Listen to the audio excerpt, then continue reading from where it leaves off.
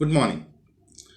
In our previous session, we have discussed about electroplating and principles governing electroplating, and also we have seen the chromium plating using which method? Electrolyte consumption method. So we have a clear idea about electroplating. So now we are going to discuss electroless plating. So metal finishing is usually done by three methods: electroplating, electroless plating, and hot dipping. So what is hot dipping? I have told you initially. Electroplating, you have discussed what are the principles governing, and you have seen an example of chromium plating also, isn't it? Now let us see what is electroless plating. So electroless plating, as the name indicates, as the first look, we can understand electroless plating means plating without electricity or deposition without electricity is called as electroless plating.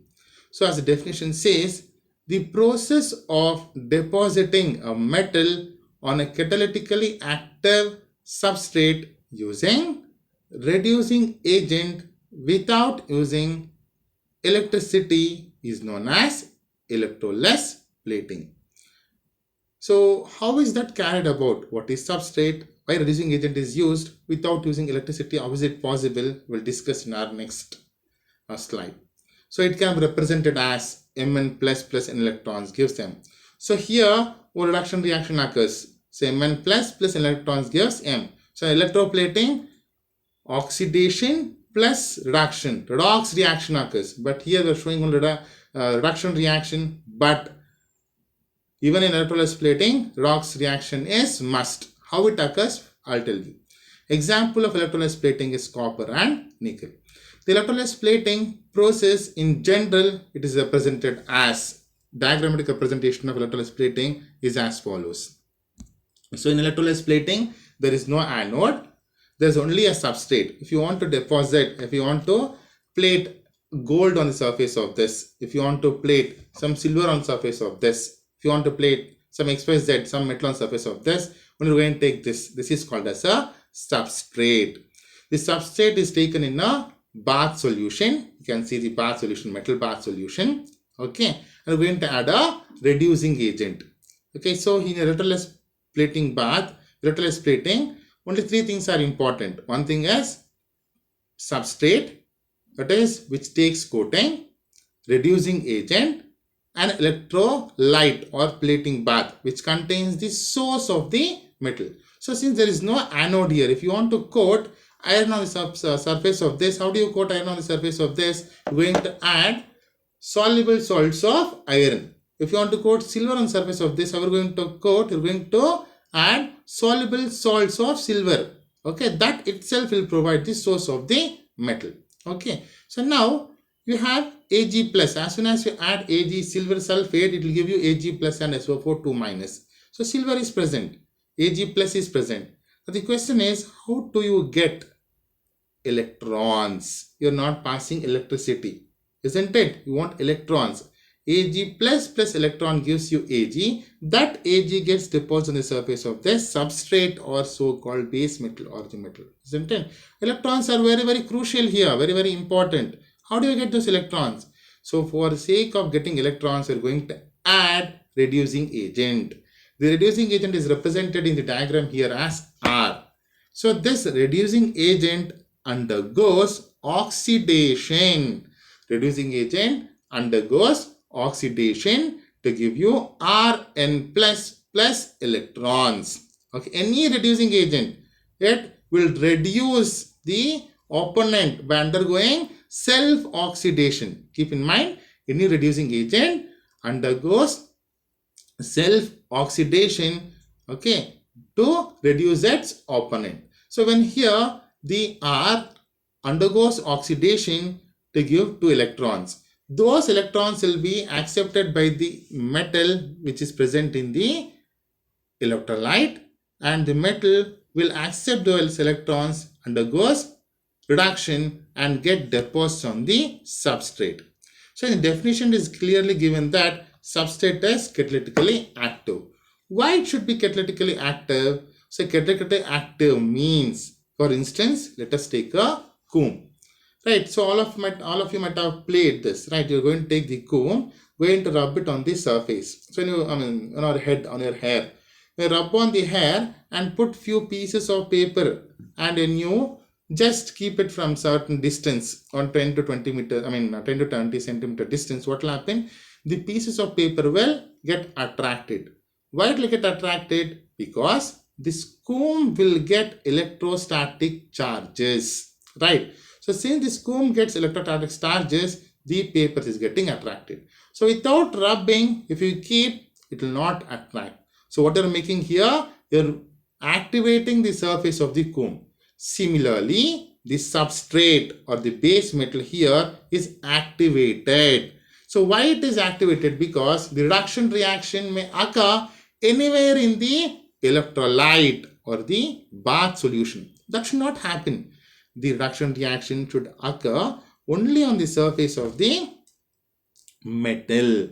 Therefore, the substrate is activated. How it is activated? It is alternatively dipped in stannous chloride and palladium chloride. Thereby, it is activated. Therefore, the definition, as definition says, the electroplating definition says, the process of depositing a metal on catalytically active substrate using reducing agent without using electricity. So what are the advantages of this electroless plating? So use of electricity is completely eliminated. It is not, we don't want to depend upon electricity. Semiconductors, insulators, glass, plastic can also be plated. Small parts of machinery which cannot be plated using your electroplating can be uniformly plated. Electroless plating bath have a good throwing power, and electroless plating coatings are harder than electroplating. So let us see what are the differences between electroplating and electroless plating. So electroplating, current is a driving force. Without current, plating cannot be carried out. That is the main thing, electroplating. Electroless, autocatalytic redox reaction, only chemical. That is that your reducing agent is sufficient. So in electroplating, anode is must. But in electroless plating, anode is not at all necessary. In cathode, what is the cathode? Cathode is as usual. In electroplating, cathode should be there. Electroless plating, here substrate itself will act as cathode. What is the reducing agent in your electroplating? So electrons you are supplying to DC power supply, isn't it? That itself will act as reducing agent. But electroless plating, the reducing agent, chemical agent will act as a what? Reducing agent. Okay. Next, throwing power is less in electroplating, whereas throwing power is high in electroless plating. So electroplating is applicable only for conductors, whereas electroless plating is applicable for non-conductors, conductors, everything, small, big, everything, irrespective of the size, irrespective of the conductivity, electroless plating can be done. Let us see some of the applications of your electroless plating. So electroless plating, so plastics can also be plated. So on the surface of this plastic, so for instance, this is on surface of this, if you want to coat copper, this is an insulator. So if you coat copper on this, this becomes a good conductor. So semiconductors, non-conductors, plastics can also be plated. Glass can also be plated. Okay, you can give coating on the surface of the glass too. So small and minute machinery. So in a production industries, any production industry you mention, all machineries are made up of metals. So even that needs to be protected from corrosion, right? As I told you initially, metal finishing or electroplating, electroplus plating, the main purpose is corrosion control. So this minute machinery parts also require coating, that is given by electroless plating, that is uniform coating. And through hole connection is also obtained. So where is through hole connection? It is done in your PCB. So what is PCB? Printed circuit boards. So day-to-day life, where we come across this electroless plating, it is in your anklets. I think most of, your mothers or sisters, you have anklets, right? So when you buy new anklets, so it will shine, it will glitter. after few months, maybe 2 or 3 months, what will happen? Dust particles will be there. So when you go to the goldsmith, he'll dip, he'll clean it and give. So what does he do is, you'll have electrolyte path solution. You're going to dip in that. When you dip it, what will happen? So silver will get deposited on that. Of course, along with the surface layer, silver, so the dust particles also will go. So that is electroless plating path. That is the day-to-day live example. Okay. So next we will discuss nickel and copper electroless plating in our next session. Thank you.